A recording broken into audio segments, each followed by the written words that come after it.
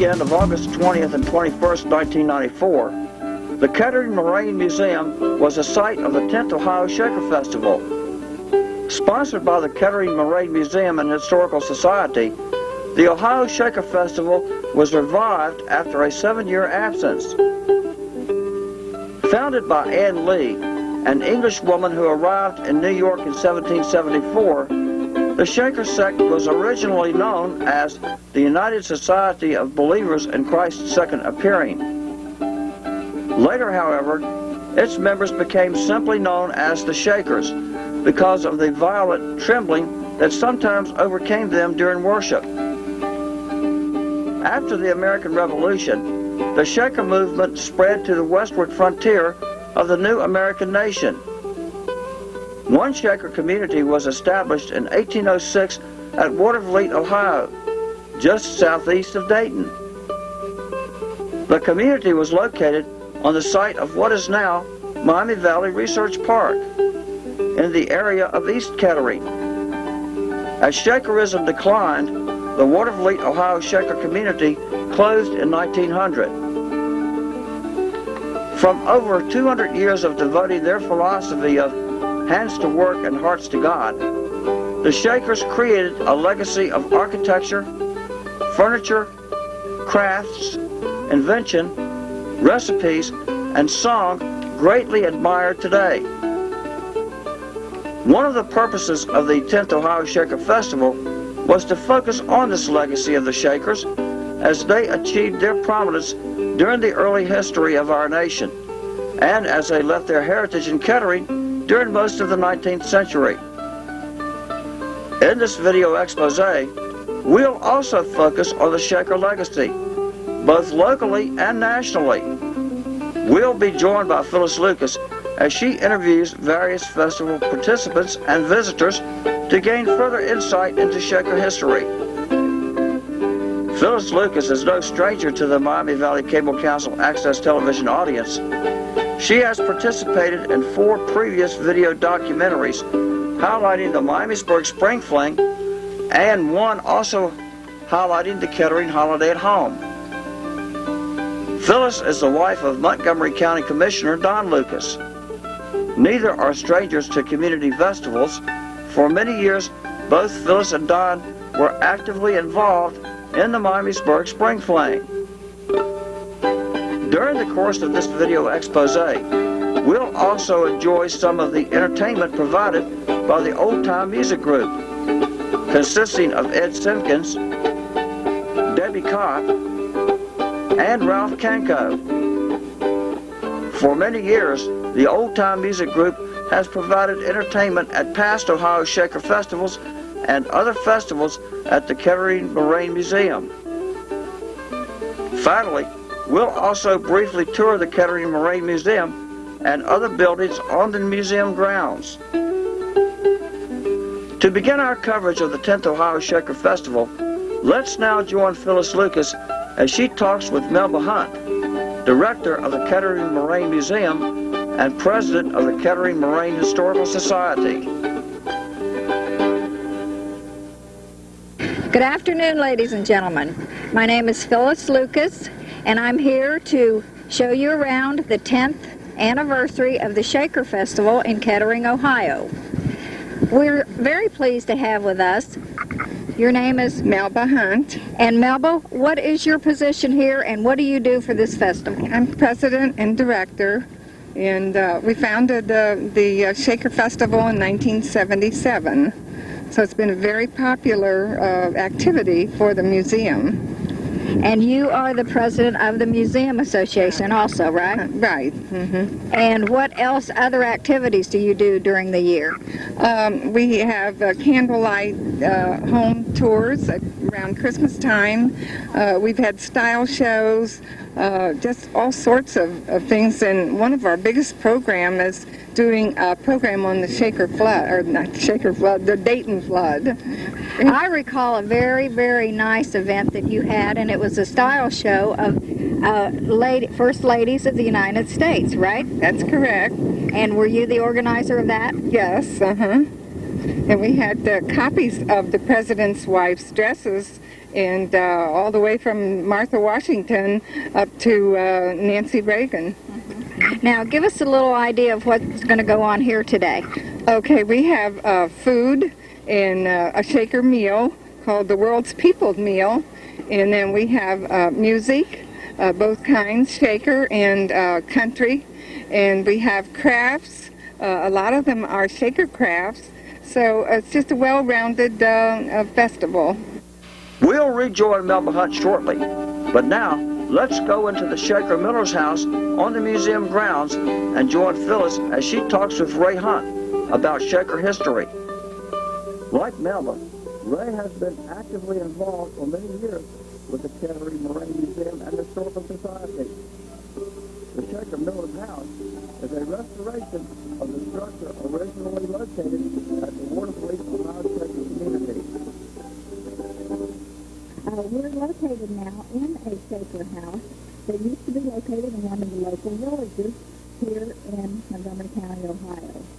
And I have with me Mr. Ray Hunt. And Mr. Hunt, what is your position and what do you have to do with this festival today? Well, I'm really the assistant director here for whatever that's it. And my job is to be a tour guide and answer the phone, help write letters, and what have you. I happen to be the husband of the director, but I do whatever no one else wants to do among the volunteers. Okay. Can you give us a little background of Shakerism? Well, the Shakers were a religious dissident group that came from England. They were founded by a lady by the name of Anne Lee Sandrin, who lived in Manchester, England, came to this country in 1774 to spread her new religion, and they arrived in New York City just about this time of year. She didn't stay in New York City. She went on up to Albany, went to the American Revolutionary War, was proselytizing, and 8 years after she arrived here, she died rather suddenly. As she died, her religion began to spread. And when it reached its peak, there were 19 church villages all told in this country. One of which was right here in Dayton, Ohio, which is called Waterloo Village. The Shakers, like I said, the whole movement crescendoed around 1840. Civil War cut into it. After the war, there was the Industrial Revolution, which kept further into ranks. And by the turn of the 20th century, Shakerism was fairly well dead in this country. At the time, our Shaker village here in Dayton was closed down. Believe it or not, today there's still 6 Shaker sisters that are living. They're all at Celebratory Lake in Maine. And when they die, that will be the end of the Shaker movement. Well, how interesting. Thank you so much. We certainly appreciate, I know a lot of people are interested in that, and we really appreciate you giving us a little history on it. You said it was a religious movement. Was it derived from a particular religious organization at that time? No, it was, and this was unusual for a woman to do this sort of thing. We're talking about the early part of the 19th century. Anne Lee had definite ideas. She did not like Anglicanism, which was the state religion in England. She decided she would found her own religion, which, as religions go, was a simple one. It was entitled United Society of Believers and Christ's Second Appearance. Basically, there's only about 4 or 5 key points in it. One was confession of sin. Another was celibacy. A third thing was separation from the world. Fourthly, there was common ownership of property. And fifthly, and perhaps most uniquely, there was this idea that God could be worshipped in a dance. Now, we're not talking about a foxtrot or some kind of round dance. We're talking about martial stomping around, and they were always shaking. And this is how they got the name Shaker. People of the world observed them always shaking in this dance maneuver, so they started calling them shaking Quakers, and then they just abbreviated that and just said Shakers. Now, this was not said with love and devotion. The people of the world thought they were weird doing this kind of odd shaking, but the Shakers accepted it in a good sense, and since it was easier to say Shakers than United Society of Believers in Christ's Second Appearing, they went commonly by the name of Shakers.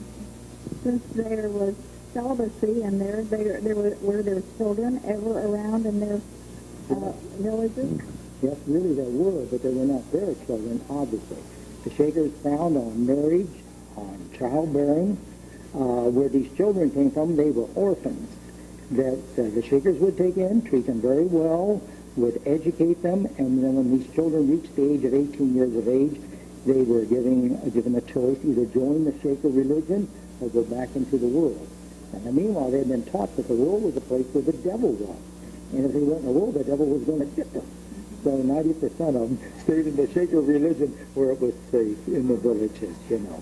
And Well, thank you. This has been so interesting, and this is just a beautiful, absolutely beautiful. well, one thing we didn't say, which I think is kind of important, this is the only fully restored Shaker house in the state of Ohio that is open to the public. Now, you understand there are other Shaker houses that are privately owned and restored, but unless you know the owners, you can't get in. But at least here at the Kettering Marine Museum, you can come and see a fully restored Thanks Shaker to you and your wife, I understand. A lot of hard work by the two of you. It's about 90% her perspiration and 10% not my inspiration, but just cooperation, support. Well, thank you so much, and we really appreciate your input here. Thank you for having me, fellas. Thank you. To continue our insight into Shaker history, let's rejoin Melba Hunt at the site of the world's people meal. They have lots of food here, and it's quite different than anything you'd find than the hot dogs and brats and hamburgers you'd find at a normal festival. So, Melba, you want to tell us a little bit about the food? Well, this Brother Ricardo's favorite chicken pudding, Brother Ricardo was at Hancock, Massachusetts, and he loved that pudding so much, and it's been a very, very favorite with everybody. He was the last brother to live there in Hancock, Massachusetts, so that's why they closed. Excuse me. Without any male Shakers, they just couldn't induct any more in. So the remaining sisters decided to close it, and there are a few Shakers still living in Sabbath-day Lake, Maine. There are 3 elderly ladies, sisters, and they have taken in 2 brothers and 2 younger sisters. So they keep it going. And it's very much like it was. There may be a little difference. One thing, of course, they don't do is dance.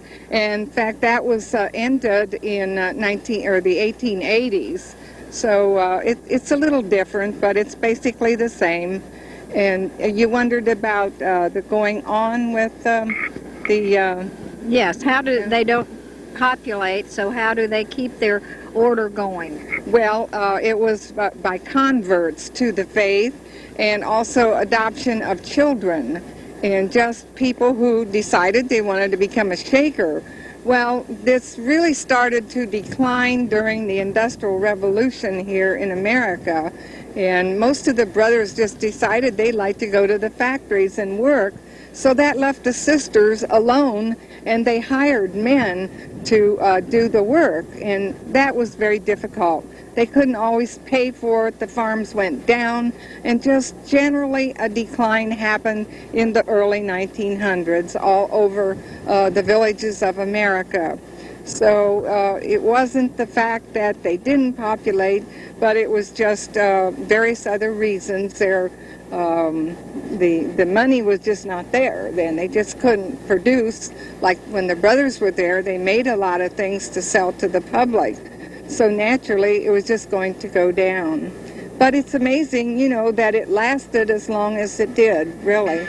Well, then we just tried the food. Earl and I just had a dinner, and it was absolutely delicious. Oh, well, thank you. And now someone here prepares it and just carries on the tradition, right? Right, the cabbage is just plain raw cabbage with a sweet dressing, and that's from the Manifesto Shaker in 1880. And then we have the biscuits that are rosemary biscuits and Sister Olive Wheeler's biscuits. So we have 2 kinds, and they are in the recipe books today if anybody wants to buy them. They're very good. Well, it was delicious, and thank you very much. Thank you, Phyllis.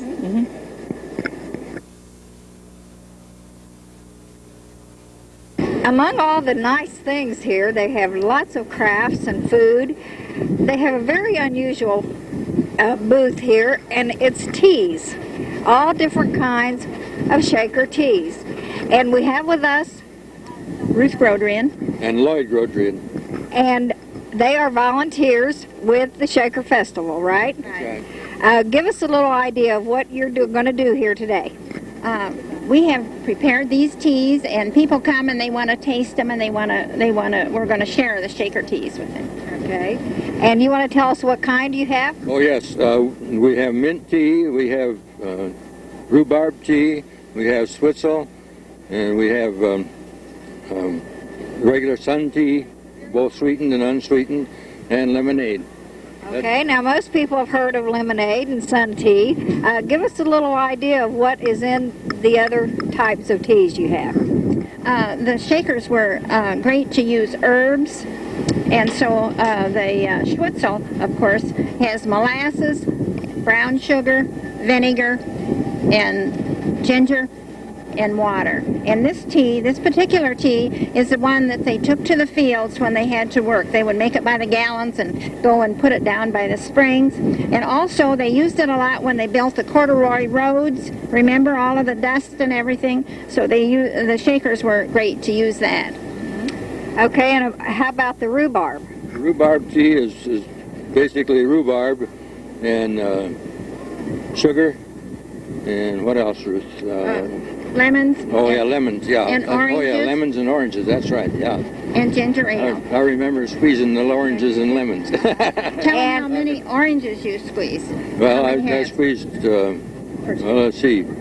I had 56 oranges that I squeezed, and 32 lemons. Oh my gracious! And by hand. And then you have the mint tea. Yes.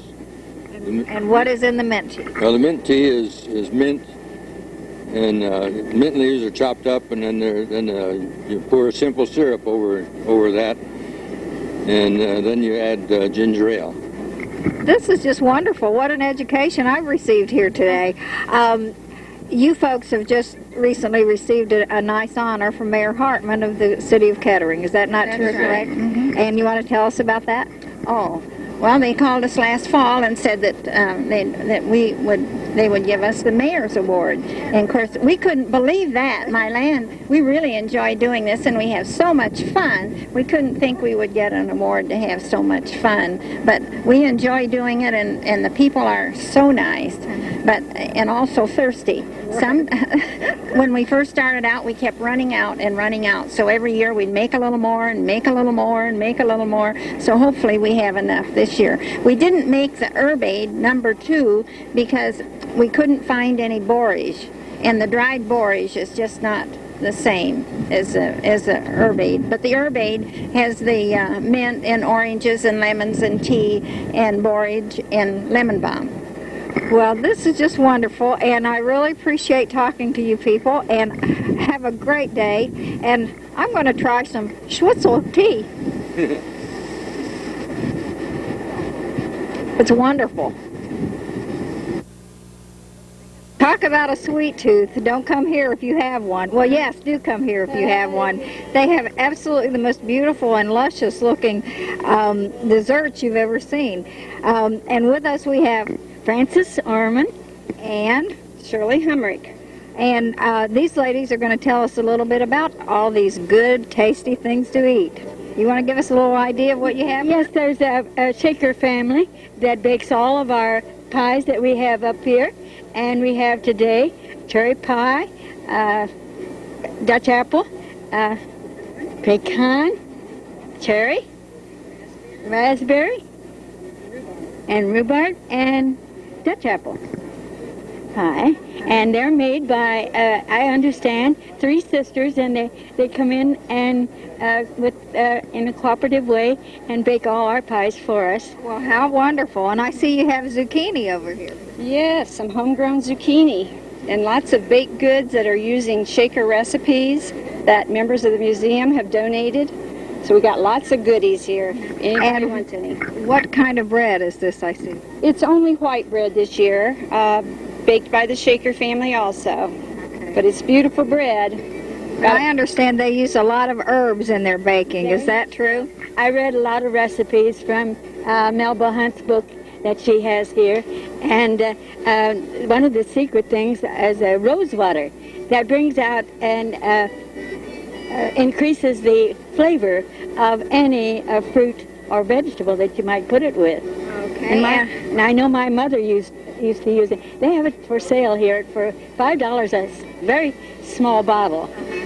I also saw some rosemary rolls. Now, I think some of the local restaurants use those now, don't they? I do not know. Yes. I do not know. Serving that with meal? Uh-huh. Yeah, that's something they're having over there. Earl and I tried the chicken pudding, and it was wonderful. Was it good? Yes. Have you tried it yet? No, but I've read the recipe. It's certainly a delicious-looking recipe. Well, girls, thank you so much. Oh, I'm sorry. All the goodies that are in the cupboard have been baked by members of the center here. Okay. And is it from a recipe from the Shaker book? book? Use recipes from the Shakers. My cakes are made from 12 egg whites. Oh, wonderful. Well, everything looks delicious, and we'll be back probably to taste some of the good, tasty things you have here. And with us we have Clara Clark. Hi, Clara, and you have some very interesting looking things here. You want to tell us a little bit about the Shaker doll? Well, these are the dolls dressed in the period of 1840, the way the Shakers would have dressed. And the clothespin dolls are made because clothespins began with the Shakers in carpentry and in laundry. And so they're just a little gimmick for the children to pick up and remember the Shaker Festival. Well, how interesting. And I see he has a little box in this one's lap and the little chair. Are those all Shaker-oriented? No, the box is a copy of the very fine ones that are over there. But that's a typical Shaker's shape. Do you want to show us what's in your little boxes here? They're very cute. This is a little wooden spoon in the broom, and then I guess this is a potato masher or something on that order. And these are used for what, miniature doll houses? Or? Doll houses, or just, a little souvenir of the Shaker Festival. Well, thank you very much. You have a very nice display, and they're gorgeous. Thank you. Thank you.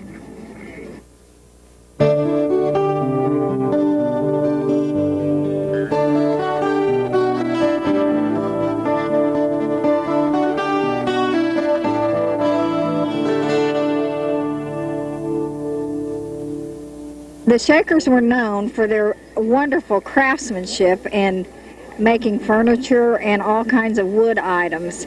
And we have a very talented young man here by the name of Tom Lane. And Tom, I see you have some absolutely gorgeous stuff here. You want to tell us a little of how you got started with this and give us an idea of why you do this sort of thing? Well, thank you. I got interested in Shaker items about 4 or 5 years ago and took a class on Shaker oval box making, and I've been making them ever since. One of the things that makes my boxes unique is I make sure that everything I do is in accordance with Shaker patterns. I take all my patterns from Shaker books, and I try to follow their practices whenever I can to make original boxes. Why do you think they use the oval shape a lot? For one thing, it's very functional. You use thin sides on the wood, and the oval shape is extremely strong. And they put the wood joint with the fingers to allow the wood to expand and contract. So you end up with a very strong box, but it's very lightweight. Which is gorgeous. I hate to say this, but it looks very feminine, and I would probably notice that. What do you think the Quakers used all these boxes for? They had several uses. It was mostly for storage of small items. They used them for dry goods. The ladies used them for sewing notions. They used extremely large ones without lids, filled with sawdust for spittoons. Okay, and I bet they also used them. They used a lot of herbs, did they not? Yes, they did. Yes, lots of herbs and spices. One of the more interesting things, the joint on the side of the box is functional, and the Shakers were perfectionists. They actually showed the finished side. Now, if you look at them today, everybody puts the joint out because they think it's very decorative. It really is. I didn't see that. Do you specialize in the boxes, or do you make other things? I make some other Shaker items, but mostly the boxes. Well, they're absolutely beautiful. And do you just stain them? You don't paint them or decorate? Or? No, I just use a lacquer finish. Now, some of the originals were painted, but I use all natural finish. Well, good luck to you. This is just wonderful. They're beautiful. They're gorgeous. Hold one up so everybody can see the nice work you do. And everybody needs to get one of these. Thank you very much.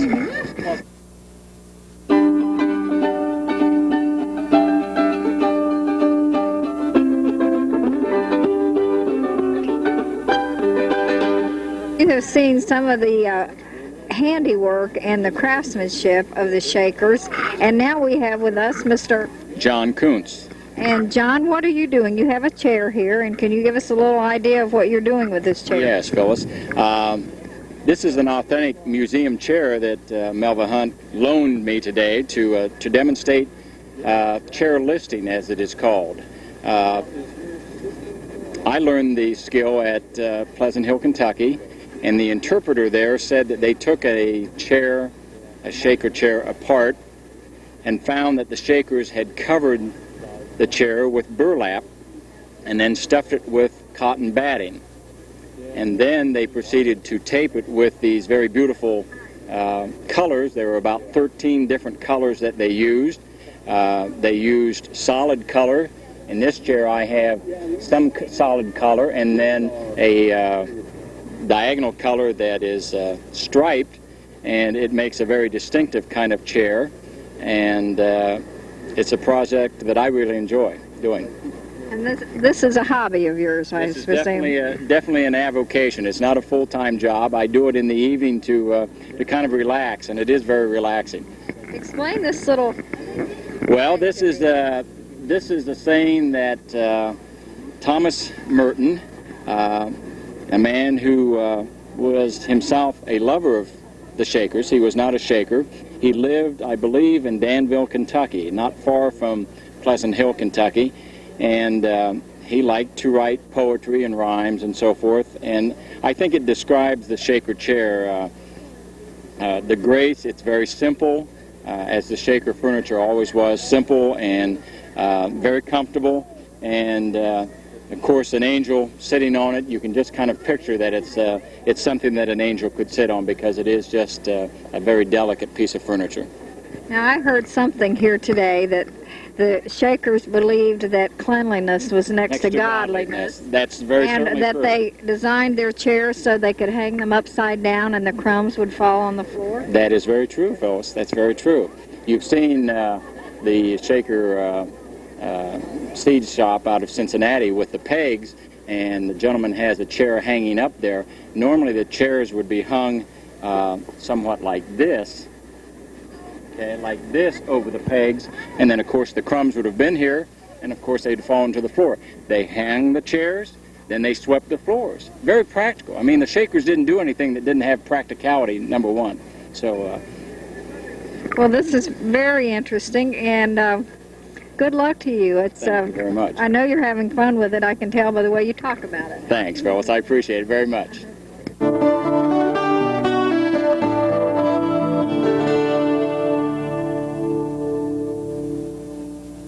One of the most interesting booths here this afternoon is this gorgeous, looks like wrought iron. Am I calling it the right, correct name? That's what it's known as, wrought iron, yes. And your name is? I'm Bob Cruikshank from Springfield, Ohio. And And this is Jeff Morrison from Mount Sterling. And tell us a little bit what you're doing here and what you're making. Right now, Jeff is making hooks to fit on this utensil rack. These are little utensil racks you put in your kitchen to hang cooking utensils or pans, small pans on. And we need 2 more hooks to finish this one, and that's what Jeff's finishing up right now. Okay, now what is he putting? I see hot coals. Is that charcoal or? No, that's the soft coal that burns into coke. That's what we use for fuel in that particular forge. And that generates enough heat to... Yeah. That'll get hot enough you can forge weld in it, or you can melt metal in it if you're not careful. Now, I see this is a very interesting... Is that a poker on top? No, that's a camp set. That set will it'll set as a spit the way you sit, or it'll also make into a tripod like one of these back here. These are used for primitive camping. and backyards like mine. I have one of those in my backyard that I use to cook on. And you hang your Spatula. Right oh, your pots. Yeah, you can hang pots, coffee pots, or whatever on those.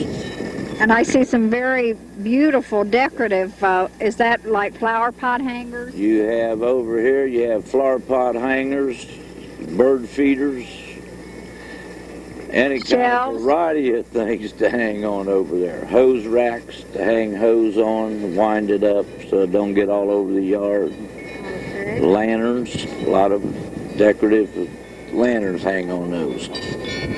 Well, it's beautiful. Your work is absolutely gorgeous, and good luck to you. I hope you come back again. I've really enjoyed this festival so far. It's my first time here. I didn't know this place existed until 2 weeks ago. And did the Shakers do this? Oh yeah, Shakers had varieties of ironwork. Most of their things was more into the tin, but they did make their own cooking utensils and fireplace things, yes. Well, thank you very much, and I'm glad you came down. Nice meeting you. Same here.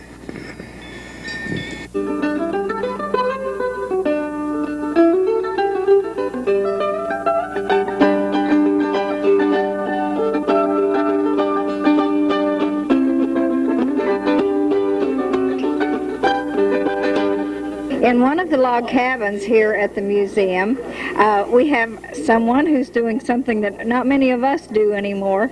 And could you give us your name and give us a little bit of an idea of what you're doing here? Okay, my name is Leslie Bailey, and I'm spinning wool on a spinning wheel like they might have used back then. This is not an antique, it's a newer one, but it's similar to what they would have used then. And this is to make yarn for knitting or weaving. Either one. Well, give us an idea. I see you have something very strange looking in your lap, so maybe you could explain that to us. These are carders, and what you need to do when you spin is first get your fleece from the sheep and clean it and get it all fluffy like this. Just pick it apart. Wait a minute. How do you clean it? Clean it in lukewarm water with a little bit of soap to get all the dirt and things out. And then you're going to pick it apart, and it's just to pull the fibers apart so they're nice and fluffy, like this. Then you take some of that wool that you have picked out, and you lay a little bit on a pair of carders. I've got too much here. I need to take just a little bit less. Let's see. Okay, we spread it out right there. Now this is going to straighten the fibers out so that it will spin out into a nice even yarn when you get it on the spinning wheel. You have to kind of lay the wool on and then comb it out straight, and just keep doing it until you have all of it from this one onto the other one. How interesting. Okay, now after you've done it once, you need to do it again. So we'll have to take it off. Just sort of peel it off like this and start over again. You do it twice. Make sure they're good and straight. Otherwise, sometimes you'll miss a little piece, and then you'll have a big fat lump of yarn or wool in your yarn. You don't want that. Here we go. After you have it all straightened out, then we're going to take it off. Fold it back like this, and you just sort of roll it back off of here, tuck it under a little bit, and it makes a nice neat little roll called a rollag that you use to spin from.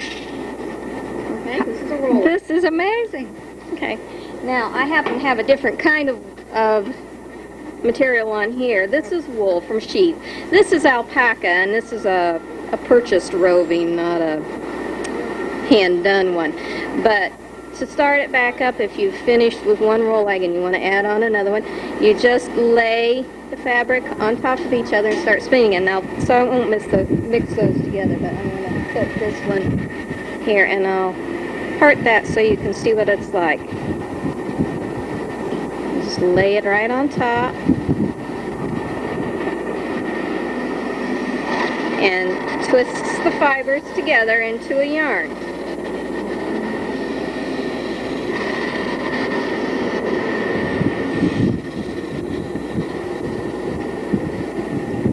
When you have it twisted as tightly as you want, you just let it go and it draws it right in. And it winds on to these, yes. And then you fill up a little section here, and then you just move it over and you fill up a little bit more. And you just keep going back and forth until you fill this all the way up. Well, Leslie, thanks so much. This is absolutely fascinating. And I think we're going to move over to your mother, who is going to show us some of the products that can come from yarn. Thanks so much. We really appreciate it. You're more than welcome. And here we have Libby Burden. Hi, Libby. Now, we just spoke with your daughter, and she showed us some wonderful exhibits on how to make yarn. Now, you're knitting, I see. I've been knitting for about 50 years, I suspect. I learned from a how-to book. Did you really? And you want to show us some? Well, these are, some of them are the acrylic yarns and the Orlan, the synthetic yarns. The cape is made from 100% wool yarn, and it's made in a circle that you can just fold and get double warmth from if you want. And it's an easy pattern. You just keep going round and round. You use large needles to give it a looser, lacier effect. And you can make designs in it, like I did a little bit of open work here. But you can make different designs in it if you want. And then I have a knitted on edge here that is the first time I had ever done this, but it's quite interesting and nice. I like it. Then that is absolutely beautiful. And they say if you want to stay warm, to wear wool and nylon, or silk and wool, right? Yes, that probably would be fine. They make a lot of combinations now of cotton and wool and silk and wool and things like that. And good woolen things last a long time. I think it's a good addition to your wardrobe. Well, thank you so much. We certainly do appreciate your addition to our little documentary.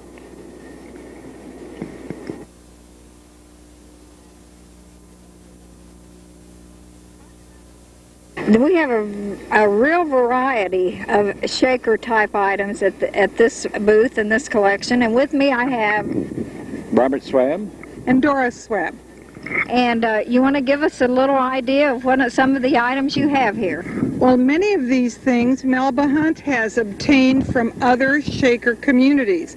We have shaker brooms that were made in, were these Pleasant Hill? Pleasant Hill. And these are herbs that come from Sabbath Day Lake United Society of Shakers in Poland Spring, Maine.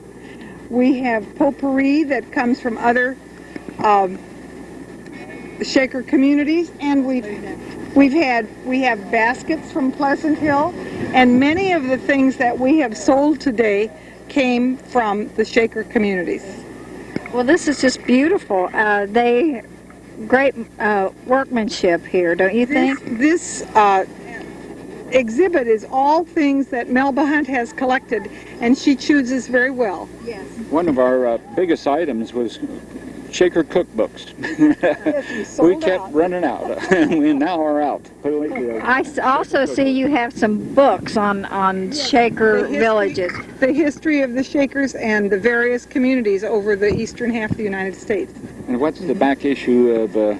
We have publications that people put out now who are interested in shakers and shaker crafts. And that's about... Well, this is from a furniture company. I can't remember.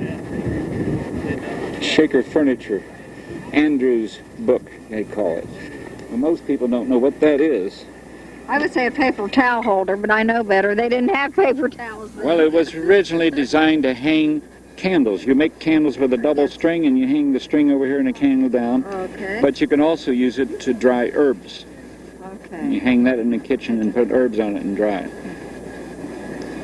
And very interesting little item. Is there anything else you'd like to show us, or? Let's see. I don't know what else we have. We have pin cushions. We have plants or herbs. This is a decorative thing that the women would wear over their plain clothes for maybe their Sunday special. Just add a little color to it. We've had a lot. A large collar. Right. Doris, what do you call this? Thank you. This is a bib or a collar that a Shaker woman might wear over a plain dress when it was a special occasion. And it's handmade. I don't know who made it, but when Melba Hunt put it here, we assumed she thought it belonged. Well, thank you very much. I appreciate your advising us on some of the items you have. And we've enjoyed being here today. Thank you. Thank you.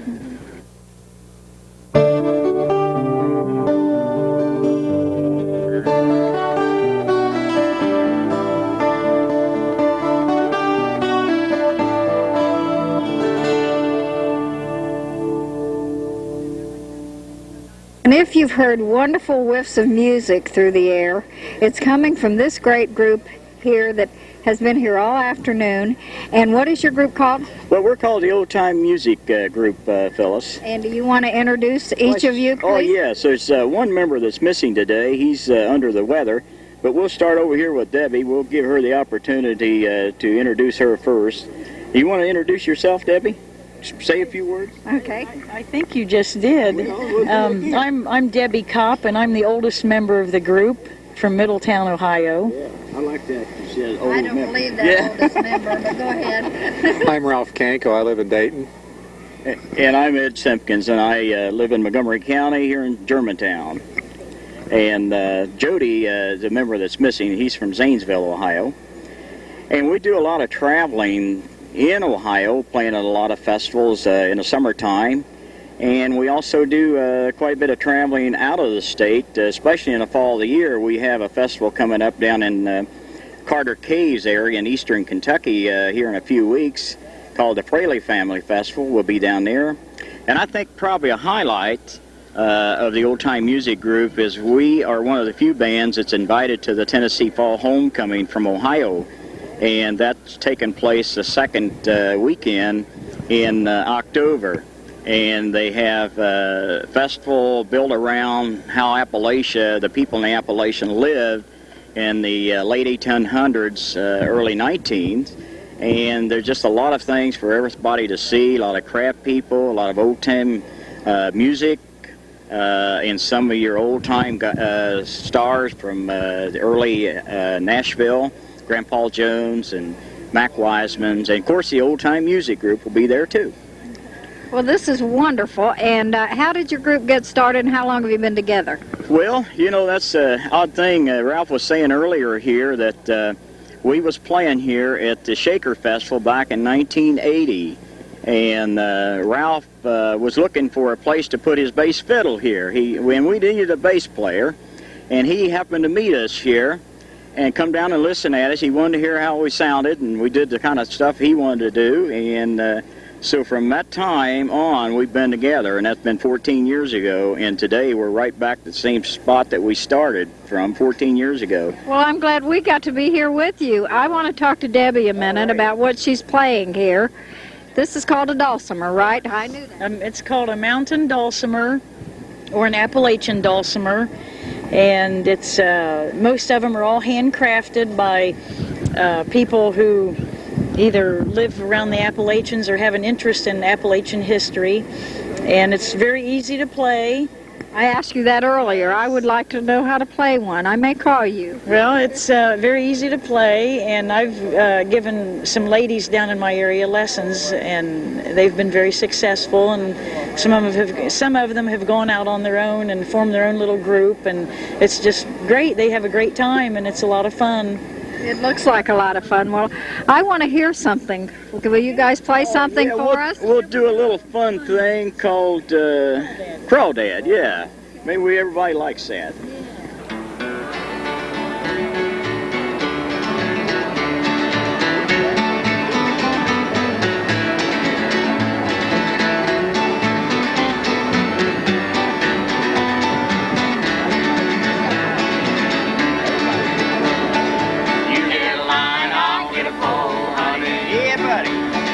You get a line, I'll get a pole, baby.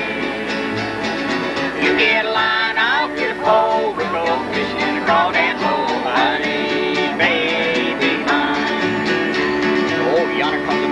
sack on his back, honey. Down there he is. Yeah, I see him. Yonder come the man with a sack on his back, baby.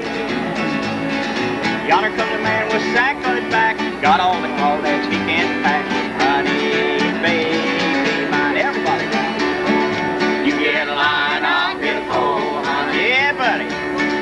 You get a line, I'll get a pole, baby. You get a line, I'll get a pole. We'll go fishing in a crawdad's hole, honey, baby, mine. Oh, the man fall down and he broke his sack, honey. Yeah, he did. Poor guy. Man fall down and he broke his sack, baby. Look at him out there. Man fall down and he broke his sack. Watch him call it back and back, honey, baby, mine. Everybody down. You get a line, I'll get a pole, honey. Yeah, buddy. You get a line, I'll get a pole, baby. You get a line, I'll get a pole. We go fishing in the crawdad's hole, honey, baby, mine. Play one, Debbie. Oh, yeah.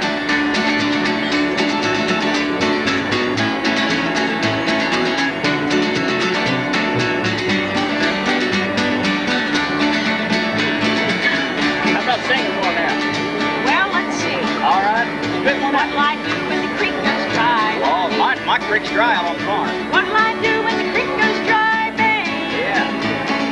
What'll I do when the creek goes dry? Sit on the bank, watch the crawdads die, honey. Oh, that's sick. Oh, yeah, everybody. You get a line, I'll get a pole, honey. You get a line, I'll get a pole, baby. You get a line, I'll get a pole. We'll go fishing in the crawdad's hole, honey, baby. All right, do another, Debbie. Well, let's see. All right, spit it out. Well, I sat on the ice till my feet got hot. All right, I did that last winter. Sat on the ice till my feet got hot, babe. Oh, yes? Sat on the ice till my feet got hot. Watching them crawdads rack and trot, honey, baby. Oh, yeah, everybody. You get a line, I'll get a pole, honey. You get a line, I'll get a pole, baby. You get a line, I'll get a pole. We go fishing in the crawdad's hole, honey, baby. Let's play one.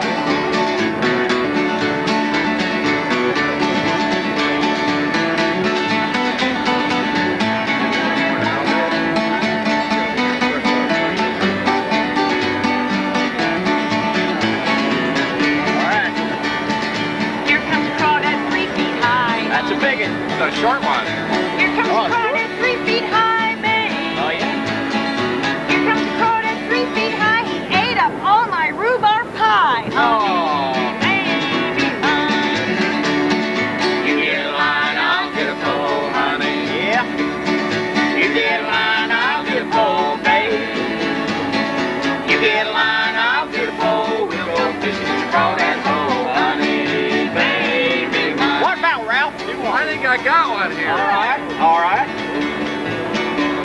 Along come a crawdad 4 feet tall. Oh, that's bigger. That's getting bigger. Along come a crawdad 5 feet tall, babe. I start to grow. Along come a crawdad 6 feet tall. He stole my pants.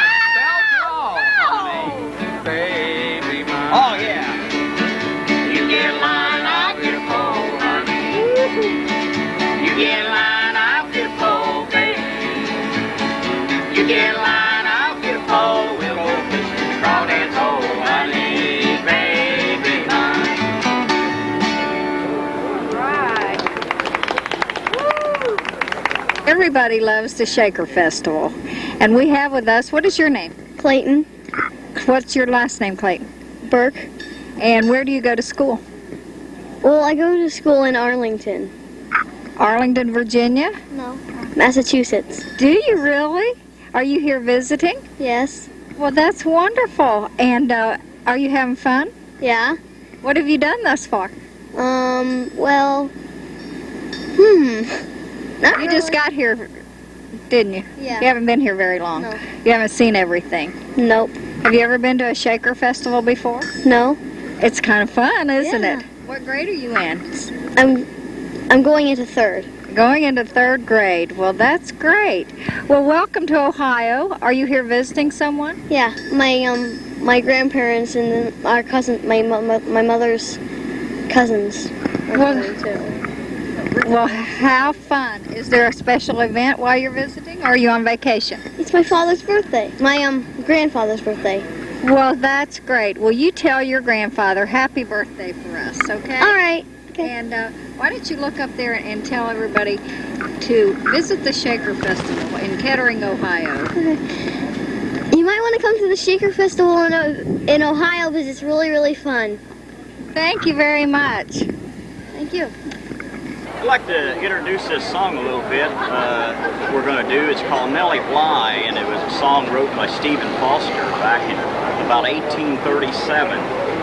Stephen Foster, I think, was one of the greatest songwriters that America ever had.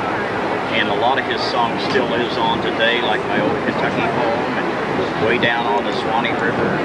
A lot of those songs. And he died at a very early age. But this song we'd like to do today, it's called Nellie Bly.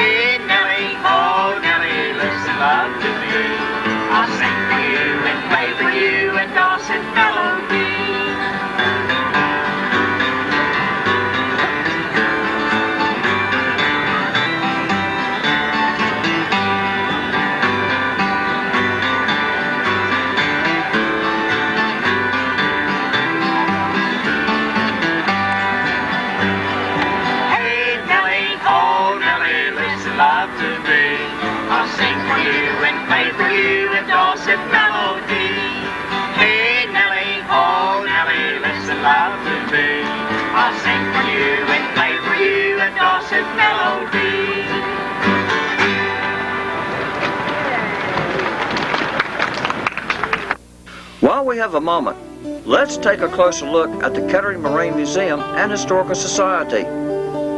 Originally known as the Kettering Museum and Historical Society, the organization was founded in 1962 for the purpose of developing a museum for the collection and preservation of artifacts of the area. The main exhibition building, which dates from 1941, is owned by the city of Kettering and was used for city offices and for the municipal court until 1973.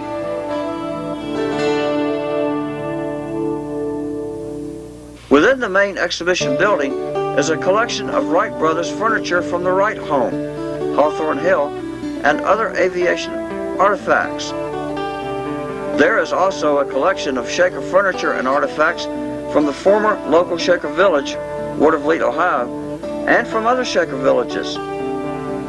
The Americana Room, located in the main exhibition building, features furniture, quilts, spinning and weaving implements, and other artifacts from early families of the area.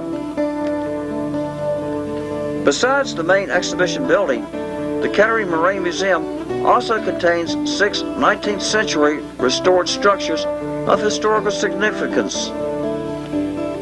The original Deeds Barn, so named for its owner, Edward Deeds, General Superintendent of National Cash Register, was once located in Dayton.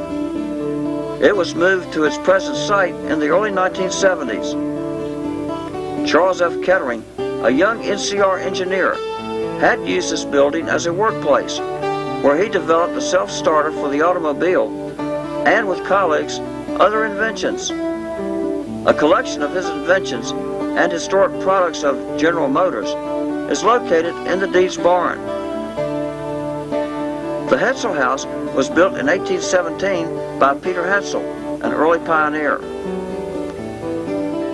The George Newcomb House, one of Dayton's most historical houses, is a rare example of Greek Revival temple-style architecture. It was owned by Colonel George Newcomb, an early pioneer. The John Kuhntz cabin was built by John Kuhntz in Fayette County, Ohio in 1820. The cabin was moved to the museum in 1982 and opened to the public in 1987. The David Lawhead cabin was built on Possum Creek in Jefferson Township, Montgomery County, Ohio in late 1803. It was opened to the public in August 1989.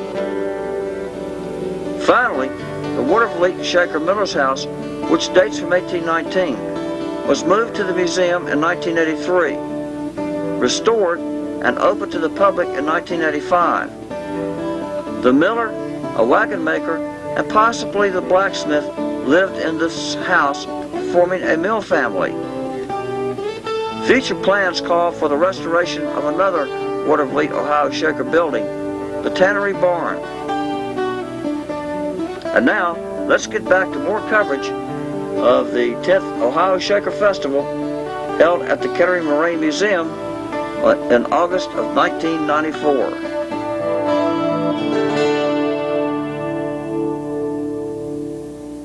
We're now inside the museum here at the museum area, and with me I have Wilma Johnson. And Wilma, what is your position with the museum and the festival? I'm just a volunteer. I volunteered here maybe 5-6 years. And you know a little bit about Shakers and what they did, and give us a little bit of your ideas of the Shaker movement. Well, you know, the Shaker women were the forerunners of women's lib. They demanded equal opportunity as far as the men going to market and different things. The Shakers were quite inventive. They invented clothespins, safety pins, coat hangers, and the washing machine is credited to the Shakers. They also were the first group of people to package seeds. They grew their own seeds and carried them to market and sold them in downtown Dayton. Well, isn't that interesting? Have a Shaker invention, and this is called a flax breaker. It's a flax breaker. And I think this probably has to do with yarn and rope and so hemp. Right, they grew hemp, I think, and that has to do with rope. Looks very interesting, but I'm not sure I could use it. Or do you? No, I'm sure I couldn't either. Is there anything else that you might want to tell us about your area and the museum here? I don't know. We have so much here. There's so many things. Over here is in another room is how the Shakers worked. You know, the men all worked together in one place and the women all worked together in another place. Yes. Okay, well, thanks so much. We really appreciate you telling us and giving us your ideas about the Shakers. Thank you.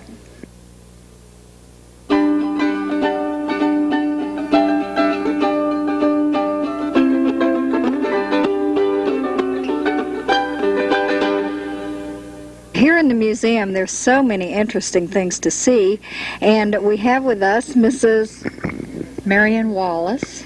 And Mrs. Wallace, can you tell us what you're doing here? We're quilting a quilt that's been given, the quilt top has been given to the museum and put together with unbleached muslin and a cotton and batting, and we're sewing it together strip by strip. This quilt top was made many years ago out of whatever they had in the house, because some pieces are the bottom of a shirt tail, and other pieces are a piece of a house dress, and then there's a piece here that was a piece of suiting material. So it's just all kinds of material, just whatever they had put together, and we're sewing it together. And do you do this every day, or how long have you been doing this? And give us an idea of how long it's going to take you to finish this. We've been working on it when they've had open house here at the museum, just as a demonstration. But if we were doing it at home and didn't do much else, it would take 2 or 3 weeks to quilt. But here we've worked on it about 7 years, because we just work at it while we're here a short while. Is this something you enjoy doing? Very much. We have a quilting group at the church where we quilt regularly, and then I quilt at home. This was something that I grew up with. My grandparents and my mother quilted. And so did I. Yeah. And I remember a little story one time. My mom says, she said, "Mom, I'm sick." And she said, "Honey, where are you sick?" And she said, "Under the quilt." So they were quilting. That's right. And we used to play games under the quilts, too. Right. That would made a good tent when the quilt was stretched out. Yeah.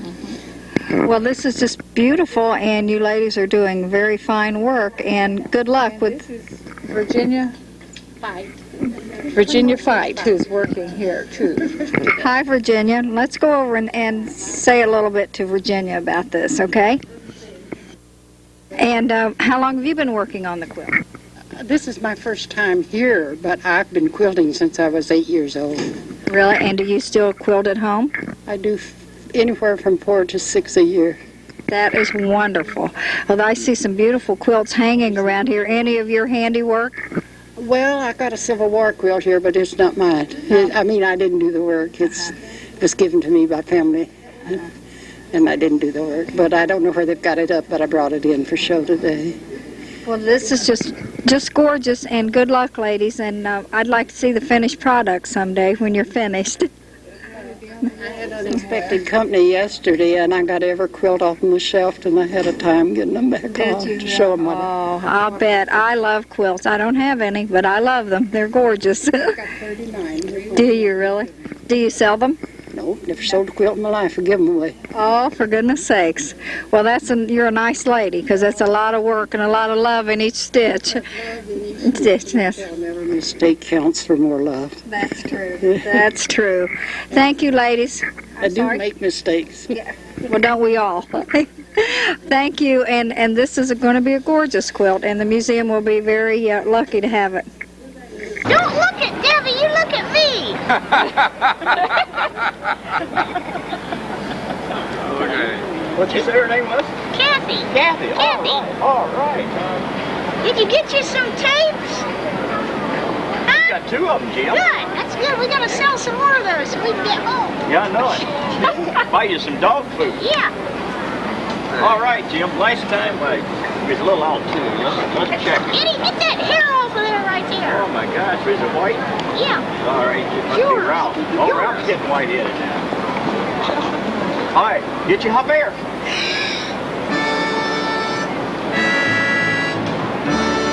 I think it sounds like he's in tune, doesn't it? I believe he's in tune. That'll work. Okay. All right, get your hot air.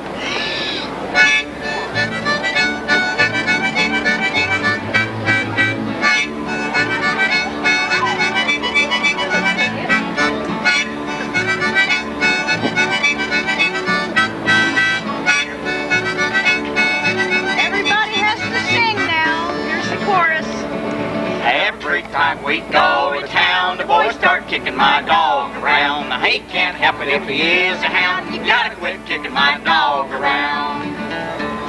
Well, me and Lem Briggs and old Bill Brown took a load of corn to town. That old Jim dog, that ornery cuss, he just naturally followed us. Every time we go to town, the boys start kicking my dog around. He can't help it if he is a hound. You gotta quit kicking my dog around. Play again, Jill.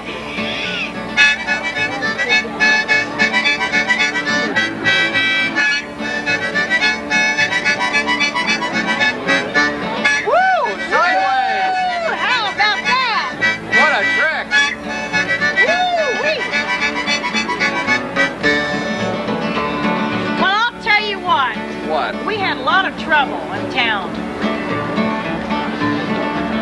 Well, as we drove past old Johnson's store, a Paso Yaps come out the door. Jim, he scooted behind the box, all them fellas throwing rocks. Oh, poor thing. Every time we go to town, the boys start kicking my dog around. He can't help it if he is a hound. You gotta quit kicking my dog around. Wait again, Jim. Here he goes. Watch him.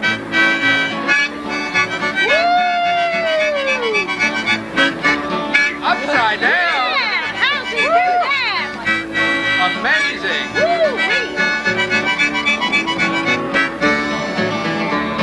Well, I tell you what, all those boys, they were so mean. Oh, what did you you know do? what they did? No, what did he do? Well, they tied a can to old Jim's tail and run him past the county jail. That just naturally made us sore. Lemmy cussed and Bill, he swore. Oh, no. Every time we go to town, the boys start kicking my dog around. He can't help it if he is a hound. You gotta quit kicking my dog around. Play again, Jim.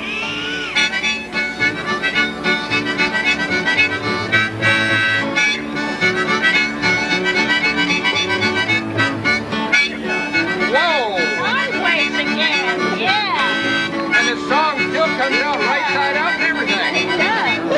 Amazing. Well, me and Lem Briggs and old Bill Brown lost no time at getting down. We wiped them fellas on the ground for kicking my dog Jim around. Oh, what a mess. Every time we go to town, the boys start kicking my dog around. He can't help it if he is a hound. You gotta quit kicking my dog around. Play again, Jill. You ain't seen nothing yet. And he knows more tricks? Oh, yeah, lots of them. Wow. Watch this.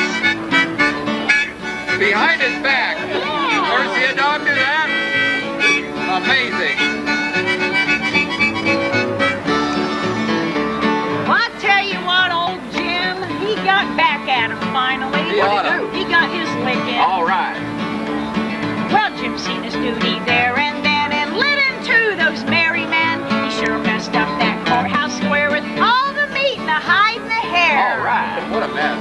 Every time we go to town, the boys start kicking my dog around. He can't help it if he is a hound. You gotta quit kicking my dog around. Play again, Jim. Last chance.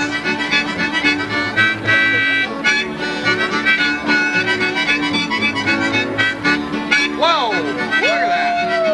How did he do that? Everybody sing the chorus. Now let's hear you. Every time we go to town, the boys start kicking my dog around. He can't help it if he is a hound. You gotta quit kicking my dog around.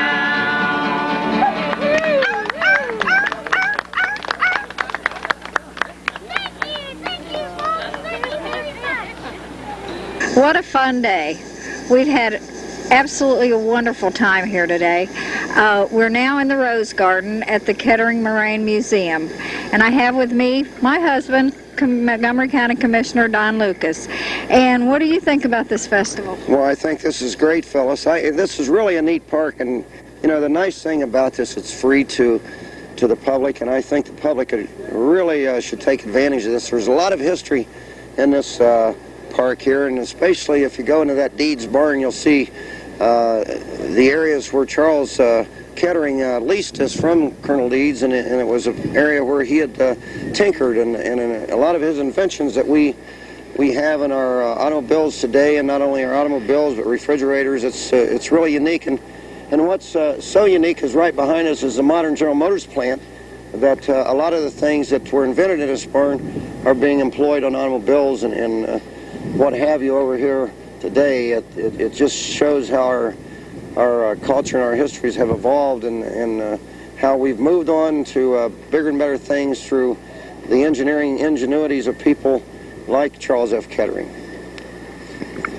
You also, every child in Montgomery County should have a visit here.